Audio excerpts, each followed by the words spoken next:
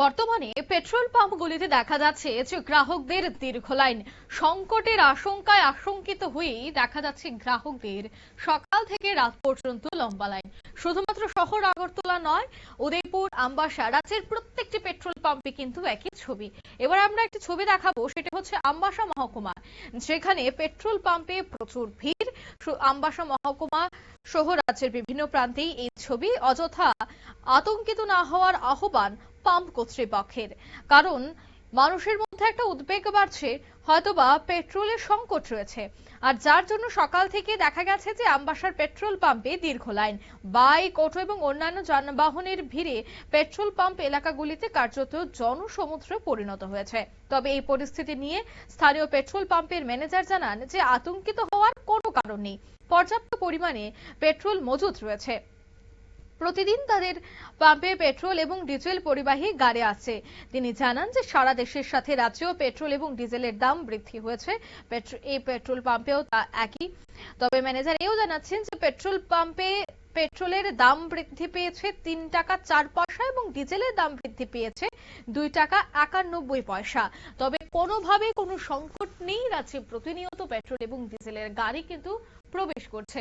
এ বিষয়ে কি বলছেন পেট্রোল পাম্প কর্তৃপক্ষ, শোনাবো। আমরা তো যা অর্ডার দিতেছি তাই আইএসএল থেকে পাইতেছি। এখন পাবলিক কি বুঝছে সেটা লাইন করতেছে, আমরাও নিতে হবে পেতে পারছি।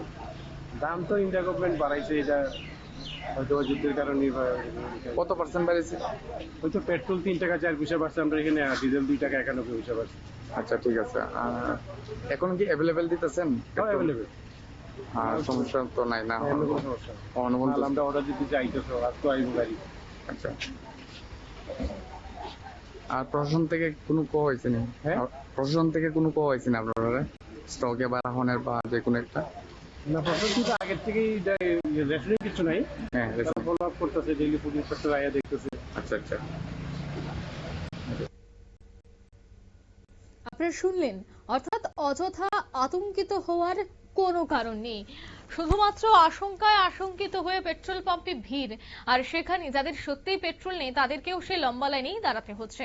আবার কেউ প্রতিনিয়তই দেখা যাচ্ছে যে পেট্রোল থাকার পরেও মজুত করে রাখার চেষ্টা করছে।